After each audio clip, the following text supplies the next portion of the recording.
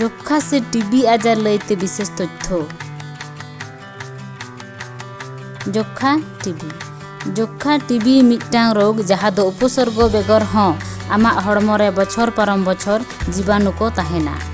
नोआ दो निष्क्रिय टीबी बांखान सुप्त टीबी संक्रमण को मेताआ। निष्क्रिय टीबी जे कोनो समय टीबी हुई दाड़ेया आर जखन तखन आमे असुस्थ दाड़े आमा। 2022 साल रे मोट 13 लाख हर टीबी आजार ते को गज आकाना। HIV ते आक्रांत 2,67,000 नुकु सह।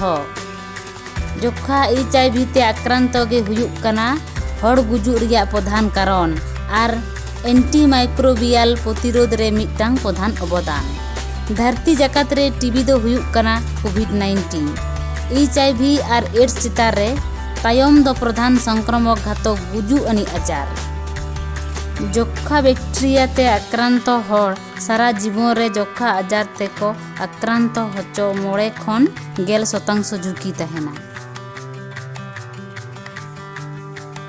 2022 साल रे धरती जकात रे अनुमानिक 106 लाख हड़ যক্ষা टीबी आजार ते को असुस्थ लेना।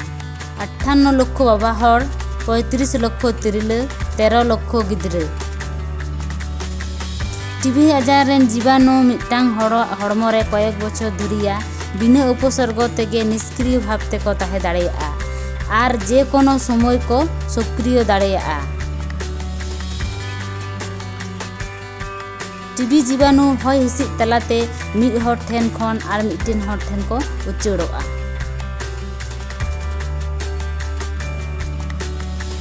टीबी आजार रिया टिके हताव ताहेन ताम रेहों आमा टीबी हुई दाड़ेयातामा।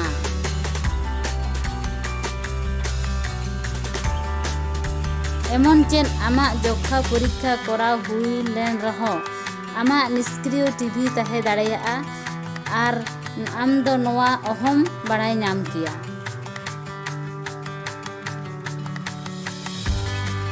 सक्रिय যক্ষা रोग प्रतिरोध लगी निष्क्रिय टीबी चिकित्सा कराव हुई दाड़ेया।